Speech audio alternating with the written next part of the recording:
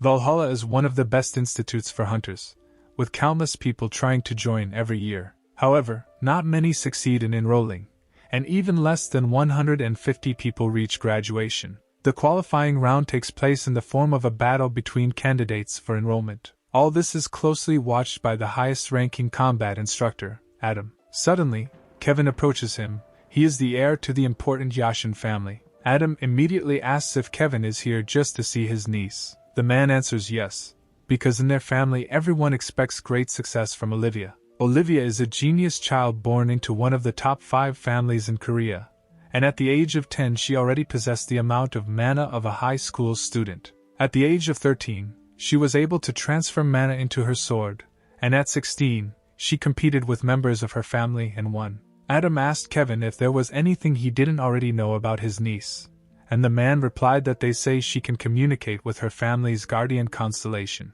The instructor was shocked by the man's answer. He asked if Kevin really believed this. The man says yes with complete confidence, because that's why he expects a lot from her. The 5 major families are given their status in Korea because guardian constellations are associated with each of them. Ordinary hunters receive blessings or enter into a contract with a constellation, but the guardian constellations of the 5 families are different from others. The Yashin family is the sword god. Everyone in their family is excellent with blades. The Jones Holy Spear family, with the help of mana, can create a spear from any stick that is in no way inferior to a stone one. The Chojin King Dao family, despite the shape of their Dao blades, they fight amazingly with them, which is beyond the ability of other people. The Davis family is the king of the fist. They have no equal in physical strength. The Dojin god of the Bao family can hit any moving object with an arrow, even the smallest one, from any distance. Adam says that if Olivia can actually communicate with the guardian constellation, then she is definitely a genius. While Olivia's fight has not yet begun, Kevin asks the instructor to also watch his niece. Adam says that in this case he will have to go down and go through the entire crowd of spectators and reporters. Kevin objects and tells Adam to just show what is happening on the screen. The man complied with the request, as he himself was interested in looking at it. The eldest daughter of the Yashin family, 17-year-old Olivia, appears on the screen. Her opponent turned out to be a guy named Adrien. He is not a member of any of the 5 main families and almost nothing is known about him. Adam, seeing the guy, says that he is quite calm, to which Kevin suggests that he has probably already given up, since he knows who Olivia is. Meanwhile, Olivia was already looking forward to the start of the fight. Adrien, on the contrary, became bored, which is why he even began to yawn. Continuing to evaluate Olivia's opponent, the instructor said that the guy seemed to have no fighting spirit at all, and Kevin was completely sure that the fight would end quickly in favor of his niece. So, with 3 seconds left before the start, Olivia readied her sword. 2 seconds before the start, all Adrien did was begin to stretch his shoulder, while continuing to be completely calm. When there was 1 second left, the girl's eyes were already full of determination. As soon as the test began, she immediately ran towards the enemy. Olivia held the sword in both hands and swung it hard. With a slight movement, she cut the air in front of her, creating a blade of mana. This blade quickly rushed straight towards Adrien. At the last moment, when the blade almost touched him, he tried to dodge, keeping a mocking smile on his face. Everyone around was taken aback, since absolutely no one expected such an outcome of events. Adrien won, and from his facial expression it is clear that he did not expect anything else. He wondered why everyone around him was so weak, and if it was true that this was the future 300 years from now. Fast forward 300 years to the Tower of Destruction. The wounded Bari, the Tower of Destruction boss and god of destruction, tells Adrien that their battle was excellent. Adrien, also the god of martial arts, was seriously injured, just like Bari, but the guy was able to find the strength in himself and delivered the final blow to the god of destruction with his foot right in the head. Adrien wins, and at that moment a System OS message appears in front of him, saying that he defeated the boss of the Tower of Destruction and the destruction of the world was stopped. At that moment, the tower began to rapidly collapse. Adrien thought that this was the end, since due to his wound he could not leave the tower, and after all, just after this mission he was going to finally rest. He had already begun to regret that he had gone to the tower alone, forbidding his disciples to go with him. But he quickly realized that if they had been with him, they would all have died in agony. Adrien had already accepted his imminent death, and realized that he could not change anything. But suddenly he abruptly awakens in the body of a 17-year-old boy, in time 300 years after the victory over the Tower of Destruction. He was pleased with his rebirth. Although his body is not as strong as before, all the past knowledge still remained in it. One day, a system message appeared in front of him again, but this time it said that in 5 years the Tower of Destruction would appear again, and he needed to prepare. He began to think that then it was necessary to destroy the enemy completely, but decided that this would not help now, and next time he would destroy the tower forever.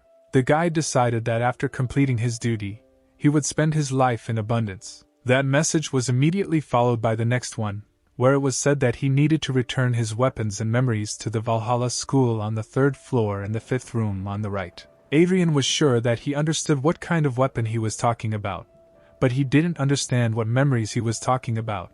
He decided to look for Valhalla. And now the 4th day of the top 10 competition is now starting, and the guy hears that those who want to participate must go up to the competition floor. Once everyone had ascended to the testing area, an announcement was made for everyone to take their positions. Instructor Adam is again watching what is happening. He noticed that today there are more people than ever, probably because all 5 main families have gathered here. Adrien's opponent this time was a guy named Jon. Jon is a muscular 17-year-old guy, and also the eldest son of the Davis family. Jon immediately recognized his today's opponent, Adrien. He thought that if he could defeat his opponent, his image would increase. The King of the Fist told his opponent that he would quickly destroy him, and that he didn't even have to try. To this Adrien told Jon to go to hell and showed his middle finger. At that moment the battle began. After what Adrien said, Jon became furious. He never stood out for his mental abilities and did not excel in creativity. His talent was in his physical strength. He was born with the best physical characteristics, and even the slightest training made him stronger. He could do what others can only with the help of mana. Adrien, meanwhile, did not stop showing his middle finger and mocking Jon. Then Jon concentrated all the mana into his fist and rushed at the enemy. Adrien understood that he could not win physically and decided that he would win with the help of dexterity and cunning. Jon's fist was rapidly approaching his opponent's face, but Adrien, with one deft tilt of his head, quickly dodged the blow. Next, he took advantage of the fact that the enemy directed gravity forward and hit him in the legs, which made Jon fall. The guy did not expect this. He was confident of his victory before what happened. Without wasting a second, Adrien delivered a decisive blow to Jon's stomach, causing his opponent to fall and lose consciousness. Adrien won again and once again realized that although his body was weaker than before, it did not create strong obstacles. Jon's father, the head of the Davis family, watched everything that happened, and immediately realized that Adrien had won with the help of his own cunning. He understood and comprehended all the guy's battle tactics, understood that his son could dodge any attack, but not this one, because in this case all of Adrien's movements were clearly planned. The man concluded that he was moving even faster than his son's top speed. He figured out the guy's excellent plan and realized all his genius, was delighted and horrified at the same time. The head of the family, Davis, decided that he would bring Adrien into his family, no matter what the cost. Going out to fight his next opponent, the guy didn't understand why grown men were shouting words from the spectators, calling a 17-year-old girl her big sister. Adrien's rival was a 17-year-old girl, Roxy, who is the second daughter of the Chojin family. The match began, but none of the opponents was in a hurry to attack first. Adrien was surprised that the girl was waiting and preparing, because all his opponents had previously attacked quite thoughtlessly. He concluded that she was better than the others because she could understand the situation. Then the guy became interested, and he decided to start moving towards the girl. Roxy immediately began to take out the blade,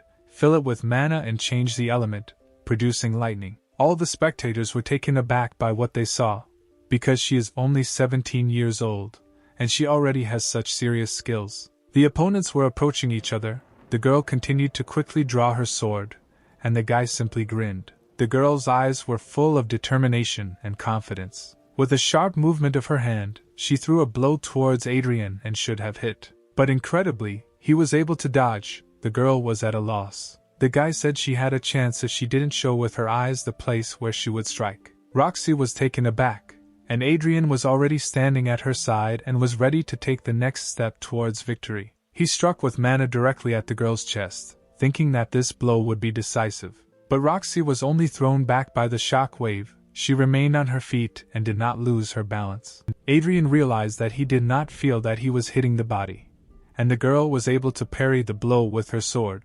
Goosebumps ran through the girl's body from how strong the blow was. While Roxy was shocked, Adrien wasted no time in delivering the next blow. He hit the girl's sword directly with incredible force. She had not yet had time to recover from the previous blow when the sword, which was aimed with a blade exactly at the girl's ribs, struck her. Roxy was unable to react and defend herself, causing her to fall. Adrien noticed that there was something wrong with his blow, but did not focus on it, since the girl was defeated anyway. The guy again defeated a representative of one of the main families. In the list of Valhalla selection trials, Adrien was in first place. Entering from Valhalla after the competition, the winner was surrounded by reporters. Each of them urged the guy to join their guild, shouting out certain advantages. Adrien was very angry about this. It was clear from his face that he was furious, and he told everyone to go to hell, showing his middle finger. News about this ignoramus quickly spread on the internet. All the comments were filled with people's indignation. Everyone talked about his bad manners, but the guy didn't care about it. And then came the first day of his training in Valhalla. The guy was not at all interested in hearing about the 100-year history of the school, and he was lost in his thoughts. He noticed that the other students recognized him and showed attention to his person. Adrien had already begun to wonder if he had gone too far yesterday, but he quickly realized that he did not care about the opinions of others. The guy suddenly remembered a recent system message that had appeared in front of him recently. I remembered that he was only here to get his weapons and memories back. Immediately after the introductory lecture, he quickly left the school with the thought of how to quickly get to the 5th room on the right on the 3rd floor of the school. He headed to his next lesson, which was to take place in the virtual combat simulation room. A young, 24-year-old teacher named Chris was already waiting for the group in the office. The teacher was perplexed that 3 representatives of the main families were immediately assigned to one class. Yes, Roxy, John and Olivia will be in the same class. But when the teacher noticed another guy in the group, he was shocked. Adrien was also assigned to his class. The teacher immediately realized that the year would be very difficult. But he could not remain in thought for long. He calmed down and began the lecture. Chris greeted the students and announced that he was their class teacher. Without waiting long, he decided to immediately start the lesson by sharply pressing a button. The space around the students began to change rapidly, and all the students were very scared because they did not understand what was happening, and so they found themselves somewhere in the forest among the trees. Even Adrien was thrown into a stupor by this. He immediately began to look around, studying the area. Suddenly the students began to be surrounded by angry monsters. The students were even more frightened, since no one expected this in the first lesson. John immediately assessed the situation, realizing that these monsters were orcs and goblins and that their number was quite large. Looking around, the guy returned his head to its previous position and was immediately taken aback by the fact that the hand of one of the monsters was already right in front of his face.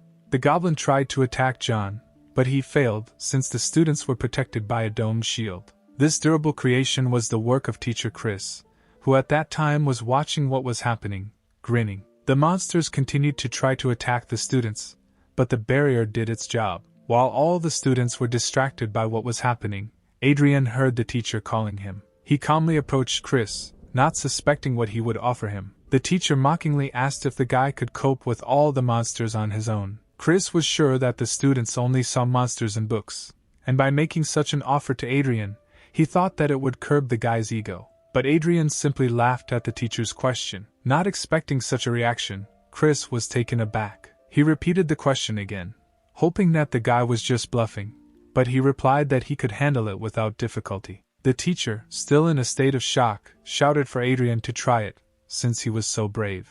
The student knew that such tasks are usually not given in the first lesson and demanded a reward if he managed to destroy all the monsters. The teacher did not expect such impudence, but did not object and promised to fulfill any request within the framework of his authority. Adrien agreed to such a reward. Chris warned the student that although the monsters are just a system, they attack like real ones, to which Adrien simply asked the teacher to give him his sword. The teacher, with distrust but without objection, gave his weapon to the guy. Adrien was flattered by this. He took a good look at the blade and prepared for battle, and then the barrier in front of him disappeared, and he headed towards the orcs. The student abruptly shifted their attention from the monsters to the guy, who decided that he could win alone. And then rage flashed in Adrien's eyes, and he struck the first blow, cutting through several monsters at once. With each blow, he destroyed more and more monsters. The orcs tried to attack Adrien from behind, but they failed. The guy dodged all the attacks each time and delivered his own blow. He thought that 300 years had already passed since the last time he held a sword in his hands.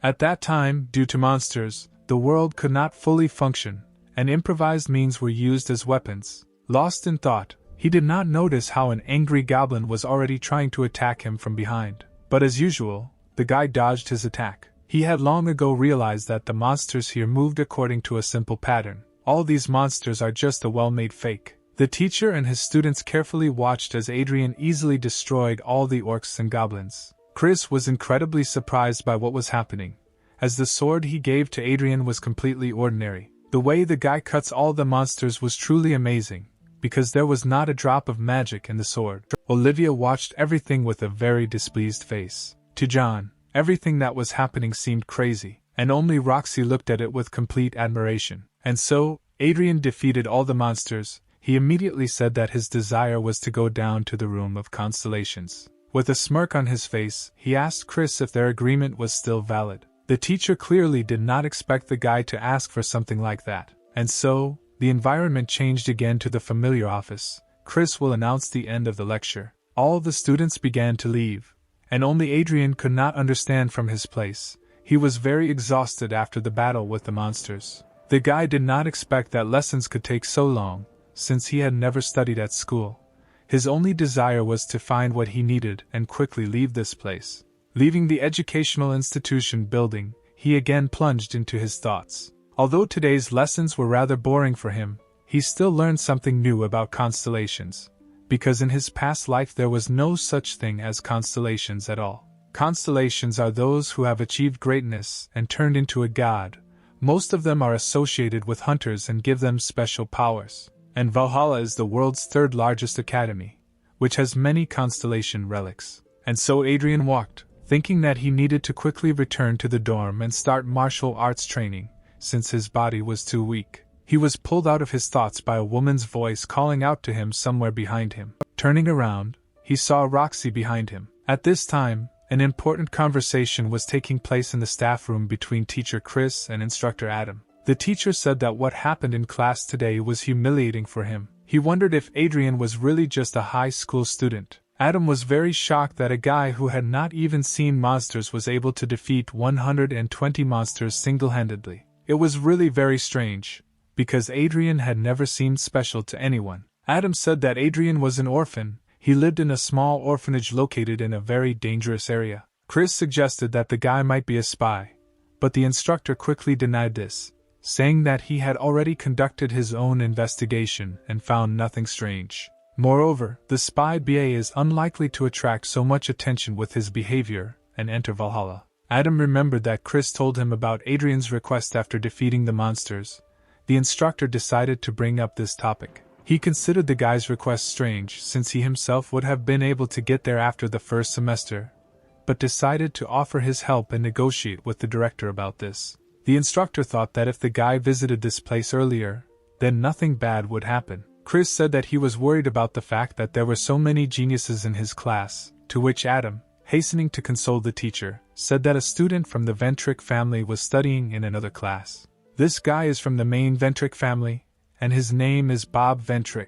The teacher heard that this guy was expelled from the British Academy because he was causing trouble. This news made Chris calm down and realize that everything in his class was not so bad compared to the one next door. Let's return to what is happening at this time between Adrien and Roxy. Adrien turned around, waiting for what the girl would tell him. Roxy, in a decisive voice, asked the guy to teach her how to use a sword. The guy was absolutely indifferent to this request, taking it seriously. The girl continued to insist and repeated the request. The guy's face at that moment contorted in an emotion of complete misunderstanding. He clearly did not expect such an offer. The girl said that she definitely needed to learn fencing, which Adrien demonstrated then. The guy listened to everything the girl said with absolutely no interest, and scratching his ear, refused. Roxy, who was expecting a different answer, asked why he was refusing, to which Adrien said that he simply didn't want to, adding that he would leave if the girl had nothing more to say. She repeated her request again. What was happening began to irritate the guy very much. He once again said that he did not want to deal with her. He rather rudely ordered Roxy to get away from him and, turning sharply, left, leaving the girl alone with himself. And now a new school day has arrived. All the students have already come to school. Adrien again thought about how weak his body was, that he didn't even have magical abilities, but he decided that this problem would be solved when he found what the system message told him about. His thoughts were interrupted by a guy who, unnoticed by Adrien, appeared right in front of his desk. It was the 17-year-old son of the main Ventri family, Bob Ventri, and standing next to him was his 17-year-old companion, Alice. Bob, with a grin on his face, called Adrien by name, to which the guy asked him who he was. The representative of the Ventri family then thought that the guy was very uneducated if he didn't know his family. Bob introduced himself, and, with an angry grimace on his face, asked if Adrien wanted to become strong. If you delve a little into the structure of the main families, you will notice that it is much more difficult for representatives of subsidiary branches to obtain status in comparison with the main branch. However, the Ventri family has a mask with a beak, and this is what sets them apart from other families. Usually in a family there is an S-class or higher constellation guardian who protects this family. They choose a family member and give him power. But in the Ventri family things work differently. The guardians may decide to sign a contract with a family member who is not a constellation. Because of this distinction, the Ventri family has enormous influence throughout Europe. This also implies that your bloodline does not matter at all, since a side branch can have the same power as the main one. Bob Ventri became too arrogant, feeling the power. Because of this he began to do bad things, and he was expelled from the British Academy. But he did not take the problem seriously, because thanks to his pedigree, he always gets what he wants. After thinking that he always gets everything, he looked towards Alice with a nasty smile. Bob knew his family could always get him back on track, but he knew he had to get Adrien on his side first. And so, Ventri, standing right in front of the desk where Adrien was sitting, told him that he would lead the guy to the constellation of his family if he was on his side. Adrien, with an absolutely dissatisfied face, asked if Bob was an idiot by any chance. This answer hit Ventri's pride very hard. He was stunned. The girl accompanying him was very embarrassed. Having come to his senses, Bob asked Adrien what he told him. The guy said that he was far from stupid, and he immediately understood from Bob's manner of communication that he just wanted to use him. Ventri was furious after hearing this. He called Adrien a dirty and uneducated man. In a fit of rage, he did not notice how Instructor Adam had already entered the office. The guy was distracted only after the teacher asked him to return to his seat. Bob shouted at this that the instructor should not use his full name, and Adam replied that the rules in Valhalla were different than in the British Academy. The guy got angry, but did not continue the conflict. He simply looked very dissatisfied and angry. He quickly headed towards the door, followed by Alice. Leaving the office, he told Adrien that they would need to talk again, to which Adrien did not answer.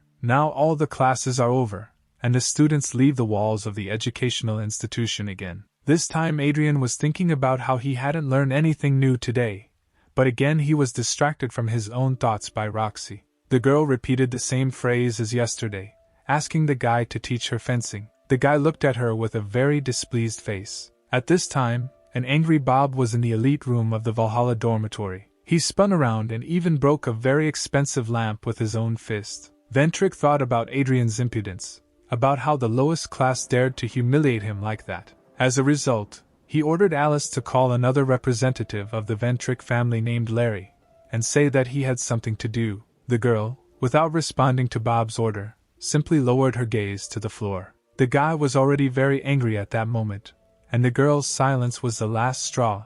He came up and grabbed her hair with all his might. He, without removing his hand from Alice's head, demanded that she immediately give him an answer. In a very furious tone of voice, he asked if she still considered herself the eldest daughter of the palace family. He continued to put moral pressure on her, asking if she wanted him to throw her out of the family, to which the extremely frightened girl answered in the negative. Bob threw the defenseless girl with incredible force so that her whole body fell straight to the floor. Ventri, not feeling an ounce of compassion for the girl, simply repeated his order again, adding that he wanted to get rid of one person. He also said that he wanted to meet with the son of the Rice family, who is a second-year student at Valhalla, and demanded to organize a meeting with him. This time the exhausted girl obediently responded. Let's fast forward to Adrien's room, where he trained before going to bed. He trained his ability to handle mana and attract magic, but nothing worked for him. He began to think that this body of his was just garbage. Suddenly he remembered today's conversation with Roxy, who again approached him after school with an unchanged request. He was very unhappy with her persistence at that moment. The girl continued to follow the guy for a long time and, when he turned around, she simply repeated her request over and over again. The guy simply asked if she was tired of following him, and if she was a parrot. Adrien became pretty irritated by this,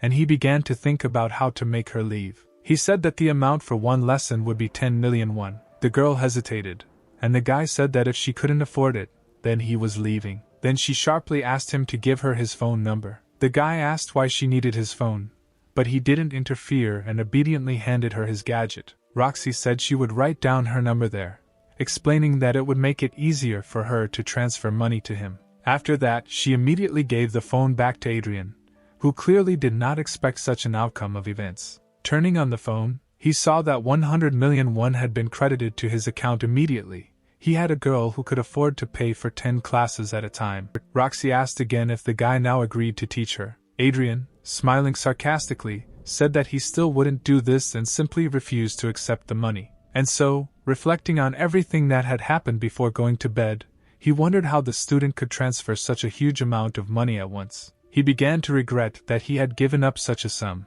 but quickly came to the conclusion that it was even better, because he would not have to reveal his secrets. Adrien knew that his main goal at the moment was to find what the system message said. He quickly got dressed, took a shovel and went to look for the secret storage. And now he resolutely goes on a search. Lost in thought, he thought that before entering Valhalla, he had checked everything in advance, but all significant records from 300 years ago had been destroyed. He understood that most likely only 3 parts of the records remained, although the sources say that there are 4 of them.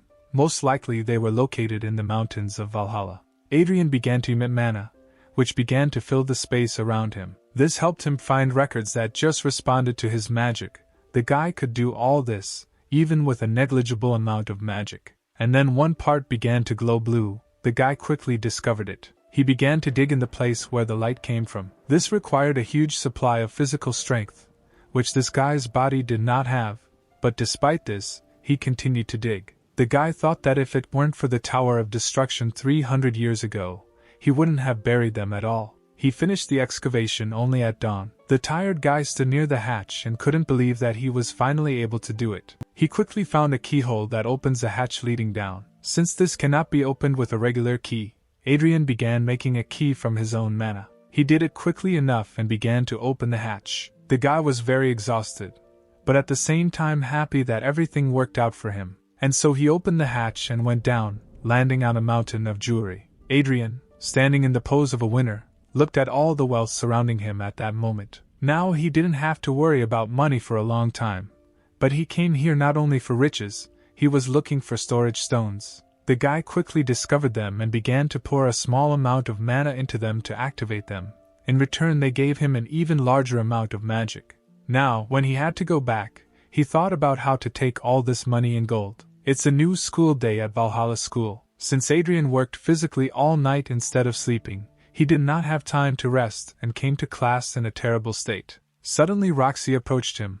The guy even got a little scared from surprise. Roxy, indeed, repeated the same thing like a parrot, asking Adrien to teach her the art of swordsmanship. The guy was no longer angry. He calmly asked why the girl still couldn't calm down. He learned that her family, which is one of the main ones, is the best in swordsmanship. Adrien said that she will get more information from her family. To this, Roxy replied that she wanted to study with him, and no one else would suit her, since Adrien was the best in wielding a sword and of all those she had seen. The guy became embarrassed and asked what about her father, because he is the head of Chojin. The girl's face immediately changed, she became colder, and her gaze became glassy. At that moment, their conversation was interrupted by teacher Chris, who called Adrien to go to the teacher's room. The guy asked him why he should go there. The teacher said that this related to what they talked about last time. Adrien immediately became inspired, grinned and began to get up to quickly follow Chris to the staff room. Roxy felt awkward and, when the guy was already leaving, she called out to him and asked for forgiveness. She lowered her gaze to the floor, losing all hope that the guy would eventually agree to train her. And suddenly Adrien turns around and sets a date for classes. He said that it will happen tomorrow at 6 in the morning on the training ground. The girl was taken aback, and the guy asked if she had changed her mind. This question brought the girl to her senses, and she rhythmically began to wave her head from side to side. Then she said that she would definitely come. Adrien has already arrived in the teacher's room, waiting for what the teacher will tell him. Chris said that the guy had been approved for admission to the constellation room. This news made the student very happy. But then the teacher said that the guy would just need to go down to the basement. Adrien, not expecting this, asked again if he had heard everything correctly. Chris gave a positive answer to this question and added that the guy would not be allowed to go below the first floor. Adrien, not listening to what Chris was trying to say next, asked when he could go there. To this the teacher said that he could come tonight if he had the opportunity. Adrien said that he would come. The teacher was embarrassed that the guy did not argue about the ban on the second floor. He did not think that Adrien would agree so easily. After that, Chris said that the conversation was over and the guy could go. And then night came. Chris and Adrien arrived at the appointed place. The guy immediately began to look around, studying the area. He noticed that at each door there were at least 2 guards. Also, all the outer walls were very well protected by all types of magic. Adrien asked if he could ask teacher Chris one more question, but that the teacher gave a positive answer. Then he asked how difficult it was to go down to the second floor, and did anything criminal need to be done for this. The teacher said that it is not difficult, and there is no need for crime, but if the guy does this, he will be expelled. Moreover, Adrien will go crazy before he can even leave school. He explained this by saying that the second floor contains the terrifying magic of the constellations, and if you touch it, it tears apart the consciousness and the person goes crazy. The guy grinned, said that everything was clear to him and began to move towards the entrance. Chris could only hope that Adrien was smart enough not to go down to the second floor. The teacher only had time to shout that Adrien had 30 minutes to do everything. The guy replied that he would be back soon and entered the building. Upon entering, he immediately opened a message in the system to refresh his memory and quickly find everything. He didn't care whether he was expelled or not, since he came to Valhalla only for this. And so he began to go down to the 3rd floor. He walked, surprised that there were a lot of steps in this building, and so he found himself in some strange hall and assumed that it was a prison. He was sure that there was a constellation room on the ground floor, but everything pointed to the fact that it was indeed a prison. While the guy was thinking, a system message appeared in front of him again, which said that Adrien had fulfilled the conditions and would be moved to the room. The space around Adrien, who understood nothing, began to change rapidly. When he moved, what he saw shocked him. Before him stood the god of destruction Bari, with whom Adrien fought 300 years ago in the Tower of Destruction. The guy couldn't overcome his shock and simply asked if it was really Bari. The god of destruction responded positively and mockingly said that there must be this reunion after 300 years. Without allowing Bari to finish, Adrien had already delivered the first blow directly to his opponent's jaw. Under the influence of emotions, he threw a rather strong blow, which knocked the god of destruction off his feet. He shouted that it was incredible to see Bari once again, while his face expressed true anger. Bari tried to stop it and asked the guy to stop, but it didn't help. Adrien's fist flew into the jaw of the god of destruction again. The beaten man did not lose hope of stopping the blows and again tried to ask the guy not to do this. Adrien, not listening to what Bari was telling him, continued to hit him and scream, telling him to die. And so the guy finally stopped, letting off all his steam on Bari. He said that he usually does not use his fists to sort things out. The god of destruction at that moment thought that no more blows would come his way, but he was wrong. Adrien raised his leg and kicked Bari, who was lying on the floor, with all his might. He did this in revenge for what happened 300 years ago. The guy was about to strike the next blow, but he was distracted by the question that Bari asked. He asked why the guy wasn't interested in what the place was around them. Then Adrien really became interested in this. He began to look around and realized that there was nothing around, only emptiness. During this time, Bari had just risen to his feet and began to shake off the dust, at the same time telling the sword that they were in the world of imagination, or rather the space in the relic. Adrien was surprised, as it turned out that in front of him stood only the incarnation of Bari in the world of imagination, and his real body was destroyed 300 years ago.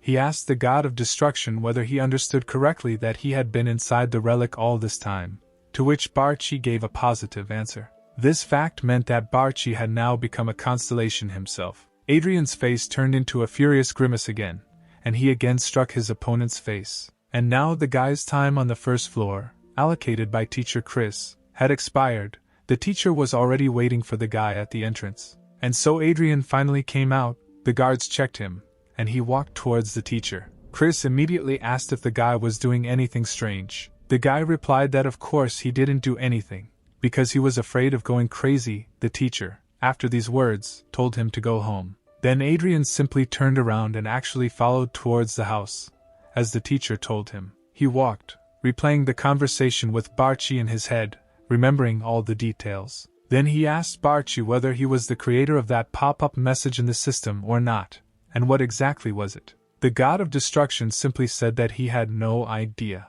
For this, Adrien grabbed Bari by the collar of his suit and lifted him up, swinging his fist at the same time. Bari, frightened, said that he was telling the true truth, and in general, he was locked here for 300 years, after that battle. Then the guy lowered him to the ground and asked who sends the messages then. Adrien listened attentively, as Bari said that he, too, had been sent a message about the reborn Adrien. He said that thanks to this, one suspicious person surfaced, which may have made him the owner of the Tower of Destruction. But Bari did not know who this person was, since the memories had not yet fully returned. He asked Adrien what was in his notice, and the guy told everything without hesitation. But he didn't understand exactly what kind of memories he was talking about. It seemed to him that he already remembered everything that happened in the tower 300 years ago, down to the smallest detail. Bari suggested that the guy thinks so because the memories have not yet returned, but this will happen soon since he has already found the weapon.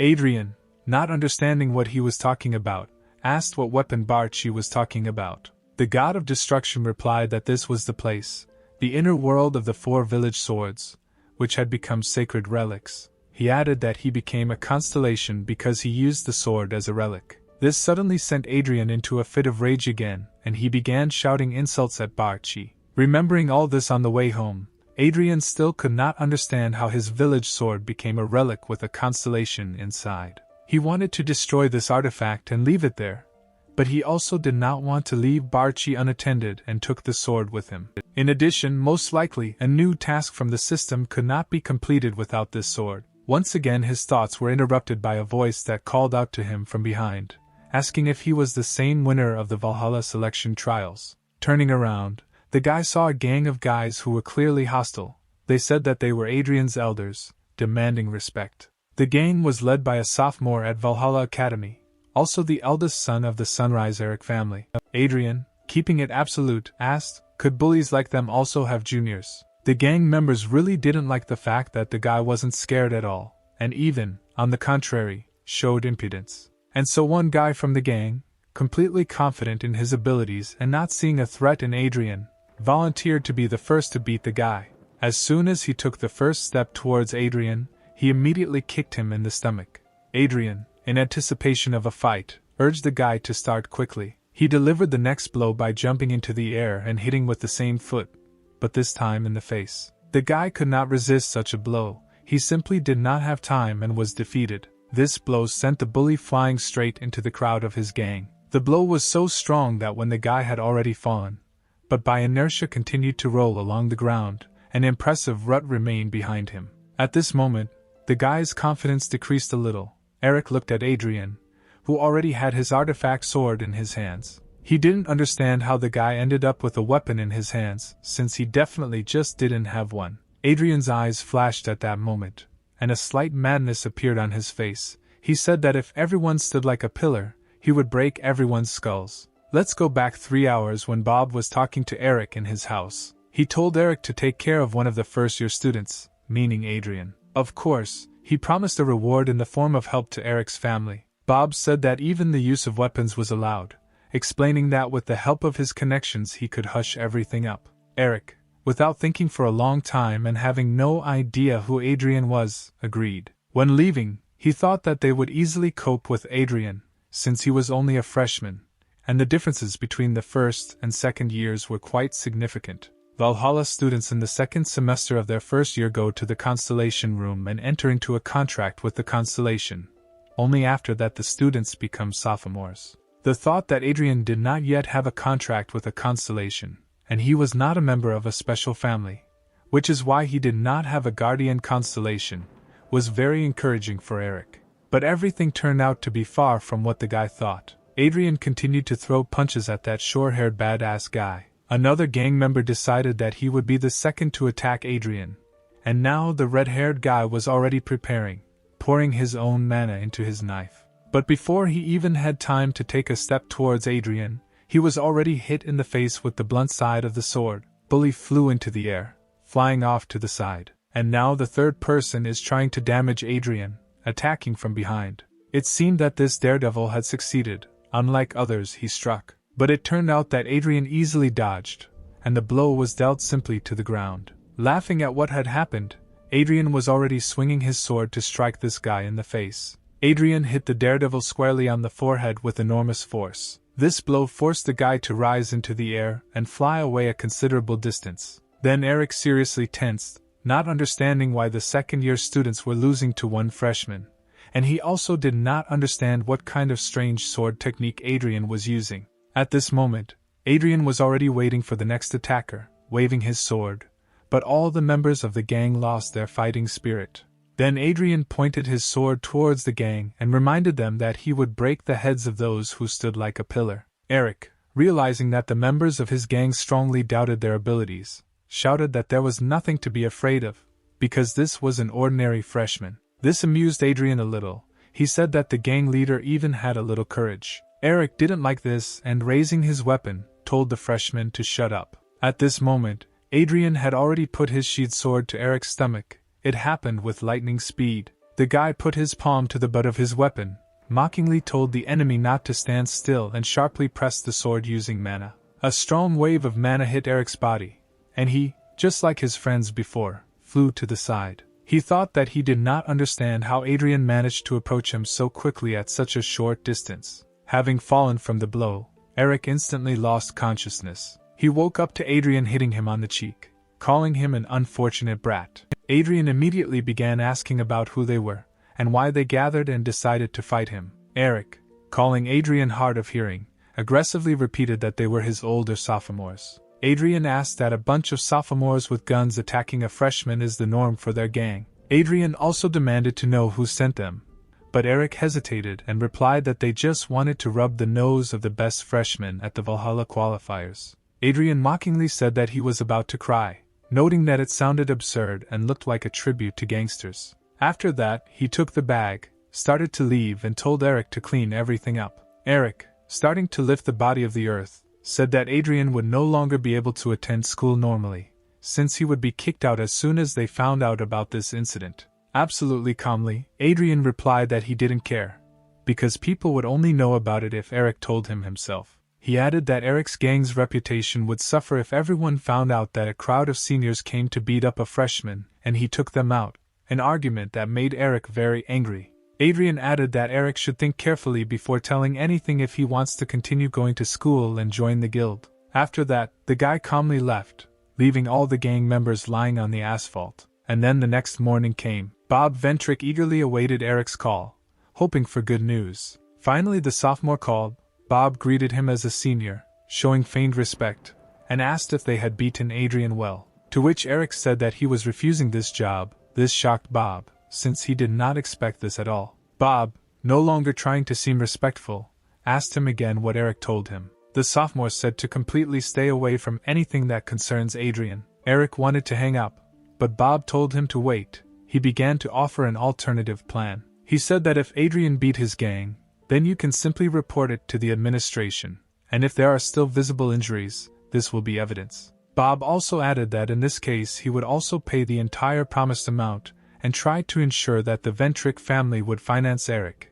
Eric himself already knew the answer to this proposal. He replied that they would not do this, since his gang would no longer be able to restore their honor after this, after which he hung up. Ventri again did not expect a negative response to such a proposal.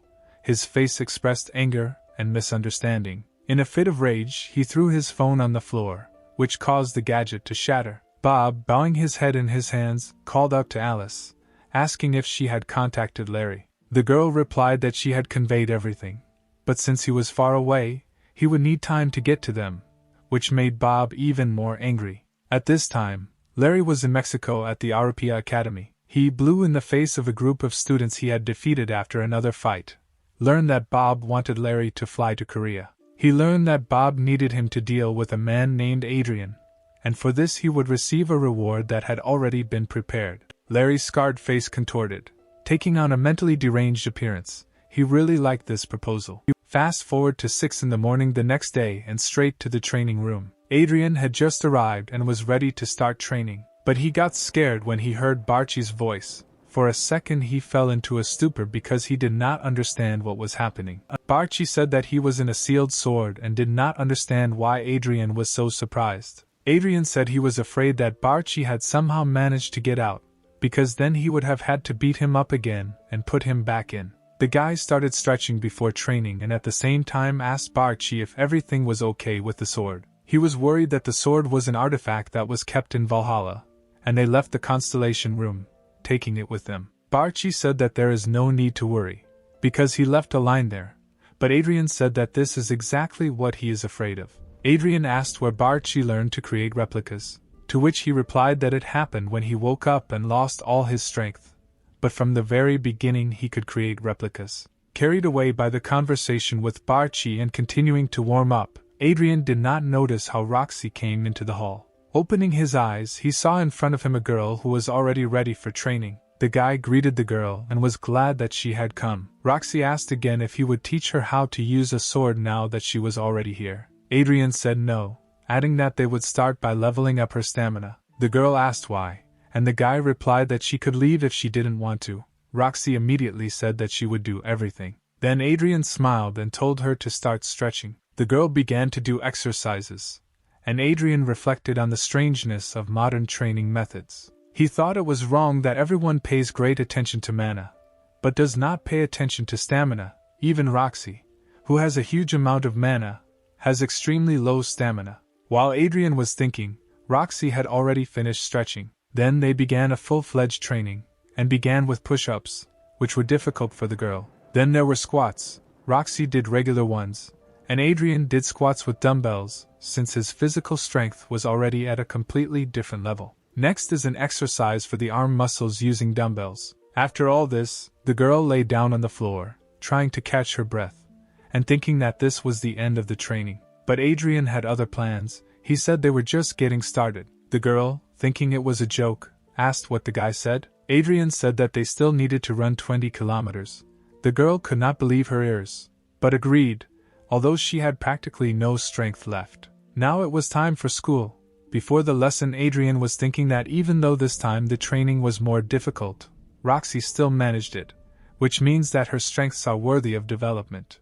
At this moment, the girl sat motionless at her desk. She was completely exhausted at the very beginning of the day. And so the lecture began. A high-class instructor and teacher of the topic of spatial monsters, Lily, entered the class and immediately ordered everyone to be silent. She said that today they would have a simple written test, which she warned about. All the students listened to her carefully. Everyone started doing it. Adrien finished the fastest. Lilia said that time was up and the tests needed to be passed forward, starting from the back desks. She said today's test will not affect students' grades, but will be used to assess their knowledge. After that, she said goodbye to everyone and left the office. At that moment, Barchi contacted Adrien, asking if the guy was sure he could write such answers. Adrien thought it was inconvenient that Barchi was watching him do the test as well. Only then did the god of destruction explain to the guy that he could read his thoughts regarding himself. Having understood the situation, Adrien said that he answered only as he knew. At this moment, in the teacher's room, Lilia had already begun checking the work, and it seemed that all the work was done well. But one piece of work made her very angry. She couldn't understand whether they could really be considered answers at all. Teacher Chris, who had just made coffee and was about to relax, passed by. He saw that Lily was very dissatisfied with something and felt angry. The teacher asked if she was currently checking tests for his class, to which she replied yes. She said that she had the students learn how to properly kill monsters in order to prepare for a battle simulation in the next class. Lilia added that the class was quite strong. There are children from the 3 main families in the class, and everyone did quite well. Chris said that since everything was great, he would move on, and Lilia gave her approval. Just as he walked away and was about to take a sip, he heard a sharp scream behind him, causing him to splash the drink. He turned around and saw that Lilia was screaming. She was shouting that she did not understand how the student dared to call these the correct answers. Lilia added that it was Adrien and that not only did he not try hard on the work, he was completely mocking the class. She was not going to ignore it. She said that at the next lesson she would show him his work and explain that monsters cannot be killed so easily. 1 week passed. The lesson began in the battle simulation room, which was taught by teacher Lilia. She told the whole class that she had brought their past tests, and that most of the results were very good, but there was one flaw. After these words, she ordered Adrien to come to her. He obediently followed her order, while Lily herself watched him intently with a displeased face. With a sharp movement of her hand, she held the guy's test forward and told him to take it, adding that having 0 points on a test of such an easy level was unacceptable. The guy objected, saying that he took this job very seriously. In the first task, it was necessary to name the most effective way to deal with the stone goblin. The guy wrote that he needed to cut his stomach, after which Lilia began to get irritated. To the second question about what a person would do if he saw 8 jungle goblins coming towards him, Adrien replied that he would start with the nearest one. The flood would pierce each one in turn. The teacher could not believe the seriousness and effectiveness of such methods. She once again clarified whether the guy really believed that he could win with such methods. Adrien said that of course he could. Lilia got angry. It seemed to her that the guy was just talking nonsense. Then she calmly said that since he was confident in his abilities, she would give him the opportunity to prove his methods, and pressed the button. The space around the students began to change again. Adrien was not as scared as he was the first time. He saw that there was a monster behind the barrier. The teacher said that if the guy kills the monsters as he wrote in the text, then she will correct his grade. The guy, without hesitation, put the test on the table and went to take the necessary weapon. Taking the necessary sword, he walked towards the enemy. Lilia was sure that, although he was able to defeat 120 goblins single-handedly, he would not be able to defeat the stone goblin with one blow. Meanwhile, the guy was already standing opposite the enemy. The goblin decided to attack first. Grinning, Adrien swung his sword at the stone goblin. With a sharp movement of his hand, he pierced his opponent's stomach right through. Immediately, the monster simulation began to disappear, which indicated the guy's victory. And then the monster completely dissolved.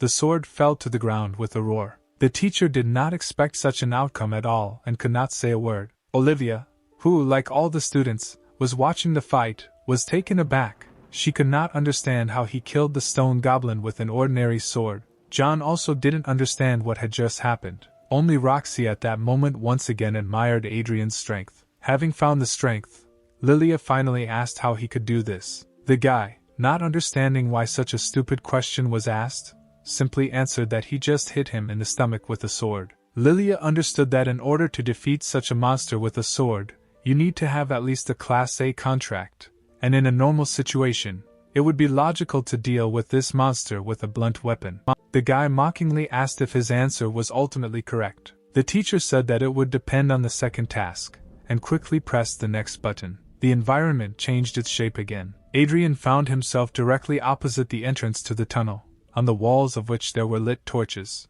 Lily, when the guy turned his head away from the entrance, told the guy to be more careful and look back. 3 jungle goblins began to emerge from the tunnel. The difference between these goblins and ordinary ones was that they have problems with aggression, and if something is done wrong, the goblin will use the roar skill so that the rest of the goblins in the area will come running to help.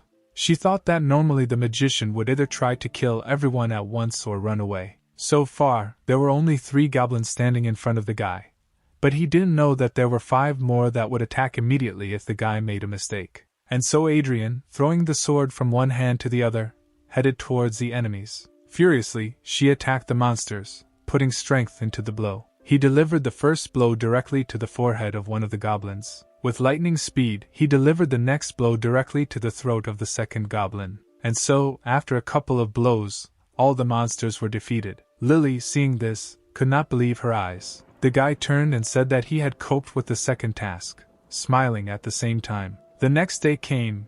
Adrien and Roxy were already in the training room. She was running on a treadmill. The guy was doing well as usual, but the girl was already feeling a loss of strength. When she had run the required distance, she fell to the floor in star pose and tried to catch her breath. Adrien asked why such exercises were so difficult for her. Because she had to train with her clan before. The girl replied that she usually doesn't push herself like that. The guy asked how she was going to fight monsters if she didn't train like that. Roxy said that she could use magical power by borrowing it from the constellation. Adrien expected such an answer, since such people rely on constellations and train magic, not endurance. He wondered what such a person would do if he ran out of mana during a fight, or if the constellation simply did not provide magic. Then he asked if Roxy thought these exercises were useless. Roxy replied that she would do them, since the guy promised that he would teach her fencing. To this the guy asked the following question, asking if the girl was doing this just because he said so. He quickly realized that he had asked the wrong thing and told the girl to forget it, adding that classes would start soon, so the training was over. The guy himself was in no hurry to leave, so Roxy asked why he didn't leave. Adrien replied that he would do one more approach and asked if the girl wanted to continue too. A second later, he said that she had better go to school, and the girl did not mind. She left the hall, saying goodbye to the guy. So, when he was putting the discs on the barbell, Bari contacted him, asking if this girl's name was Roxy, to which the guy answered yes. The guy said that he agreed to train with her only because she pestered him with her questions. Bari asked if Adrien showed her his sword technique, to which the guy said no, but she saw it during a fight in class. Bari was surprised that she was able to see the power of this technique just by seeing it. Adrien said that he also found it interesting. At that moment the guy heard that he was not alone in the hall and turned his head. Jon was lying next to him, lifting a barbell. He was just finishing his workout, and also turned his attention to Adrien. Adrien asked how long Jon had been in the hall. He replied that he always trains here and has been here since the morning. After these words he went to the exit. Adrien noticed that due to his predisposition, Jon could train for a very long time, which meant that his stamina was good. He told Bari that this guy's approach to training was more intelligent than others. The guy asked the god of destruction, "What are these constellations doing?" Bari said that although he is also a constellation, due to the fact that he was imprisoned for 300 years, he does not know anything about others like him. He added that the guy could find out more about it if he completed the system's task. A new task has already appeared in the system, in which it was written that now you need to visit the Eye of the Great Forest of Valhalla, the House of Rona, but be sure to take the Heavenly Sword. He knew that this was the place of survival that they would visit at the end of the first semester. The guy thought that if it weren't for these tasks, he would have gotten out of here as soon as he took his things. Adrien decided that he would not be able to leave this place until he completed this task. Let's move to the United Kingdom in London to the Ventri family mansion. On the walls of the entire mansion hung paintings depicting their relic masks and the masks themselves. At the head of the long table sat the owner of the house, Kayla Ventri, and at the other end stood a servant. He reported to the head that the labyrinth at the border had been taken care of. To this the woman replied that this was very good work, and asked if there was anything else to report. He said that he wanted to hire several competent people whom he had recently found, one being the only survivor of the Robert clan. He then added that he found another one. Both of them are A-rank contractors. Kayla approved the decision and said that after testing their abilities, they should be sent to her. The servant hesitated, not knowing whether to talk about another situation, but in the end he made up his mind and said that he had something to tell about Bob Ventri. He said Bob called Larry to South Korea. Kayla was very angry when she heard the news. Larry Ventri was a very troubled child and a serious criminal. He committed many crimes using his family's name. At 19, he killed 5 people in an English academy over a simple dispute, and at 20 he was kicked out of his family. Kayla told the servant to follow Larry on Bob's behalf, to which the servant dutifully agreed. She also said to warn Bob that if he was caught doing something strange, he would be kicked out of the family just like Larry. The servant said that he understood everything and that the report was over, after which he left. Kayla thought about how their family's strength wasn't meant for trash like these guys. Praising herself, she was sure that all this power was intended only for her. Looking at the picture of the constellation, she asked if she was thinking correctly. Fast forward back to Valhalla, where all the students were already sitting in lecture. The teacher explained that monsters often act alone, but sometimes they can unite. Adrien was bored listening to the teacher, since he already knew this information, and he was lost in his thoughts. He thought about the benefits of his training, as he felt that he had clearly become stronger. The guy didn't understand why this body was in such bad condition before training. He recalled that when he practiced chi circulation on the first day, he could barely finish because he had less mana than an ordinary person, and the physical condition of his body was so bad that he almost lost consciousness from working with a shovel for a short time. He thought that something might have happened to this body in the past. The guy, leaning back in his chair, decided not to focus on this for a long time. His thoughts were interrupted by a hand reaching out to his desk. Adrien immediately noticed her. It was Olivia. She placed a folded piece of paper on Adrien's desk, looking intently into his eyes. The guy immediately took the note in his hands and began to unfold it. There was nothing on the piece of paper except the word hey. And then classes finally ended. Chris finally announced important information. He said that students would be able to leave the academy grounds this weekend if they filled out an application. And that was the end of the class. After the lecture, Adrien immediately went to the staff room with a statement. What made him stop was a voice behind him that simply said hey. Adrien turned around and saw Olivia approaching him. He said one single word, what? In that note, to the written word hey, he responded with the same word that, and the girl then ignored him. He asked the girl to speak quickly, as he was busy and in a hurry to submit an application. Olivia hesitated and couldn't put words together. She just muttered something under her breath. The guy rudely told her to be faster and called her crazy. Olivia couldn't stand it and got angry at Adrien, asking why he called her that. Adrien said that this is because it is not normal to piss someone off like she did. He again asked what she wanted from him, but the girl hesitated again. She remembered that when she watched him fight, he killed a stone goblin with one blow of his sword, although such a method was not in the books. Olivia wanted to ask how he was able to kill him. Just as she began to speak, Teacher Lilia suddenly appeared between them and abruptly asked the same question Olivia wanted to ask. Adrien was surprised at how quickly she appeared here. He said that this was very unexpected, since he actually thought that she hated him. But Lilia denied this, saying that she did not care what happened then. She said that she thought that there was only one way for a monster to kill. But Adrien showed her the opposite. She asked if the guy wanted to become her assistant. Adrien said that he refused and went towards the teacher's room. Lilia continued to beg him and followed him. They left, leaving Olivia alone. The girl decided that she didn't really need it and didn't follow them. And then the next day came. Adrien went to the place he planned to visit. This place was a wound. On the evening of the previous day, he was looking for information about this place. He had to find a trading forum where he could sell the jewelry he found from the vault. At the moment when he found what he needed, Roxy wrote to him, saying that she would not be able to come to training tomorrow. Adrien wrote that he would also be busy tomorrow. Roxy started sending a huge amount of stickers. The guy didn't know how to stop her, but he resigned himself and simply continued to study the information, where it was said that he needed to follow the link and get a reservation and location. And now he is already going to that very place. He was looking for some old cafe. When he found it, he noticed that the cafe was really very old, that even the letter on the sign had practically fallen off. He went inside.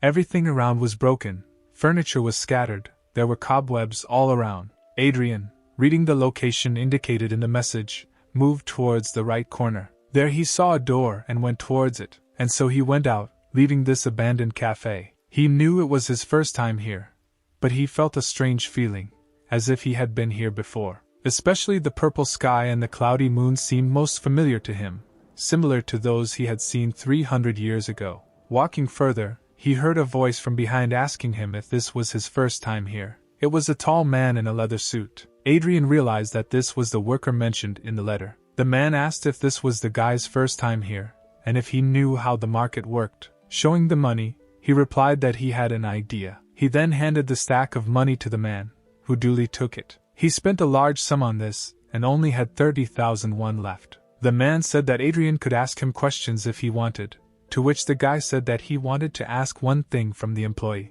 He asked where he needed to go to sell the jewelry. The employee asked if the guy was looking for an auction, and Adrien replied that he just wanted to sell it quickly. The man said that in this case, he needs to go to the third quarter, because there are many merchants there who will buy from him anything from weapons to jewelry and much more. Adrien asked to tell which of the merchants was the most reliable. The employee recommended a merchant named Morris, since he is famous for his best prices and specializes in jewelry. Adrien asked where exactly the third block was, and the man, pointing with his finger, said to go straight and not turn off at the fork. The guy thanked him and was about to leave, but the man added one more thing. He handed the guy a black mask with ears and said that he strongly recommends walking around the market wearing it. Considering the kind of goods sold in the market, almost everyone prefers to wear masks. The guy thanked the man again and turned around to leave. The worker bowed after the guy and wished him to have a good time. So the guy arrived at the third quarter of the wound.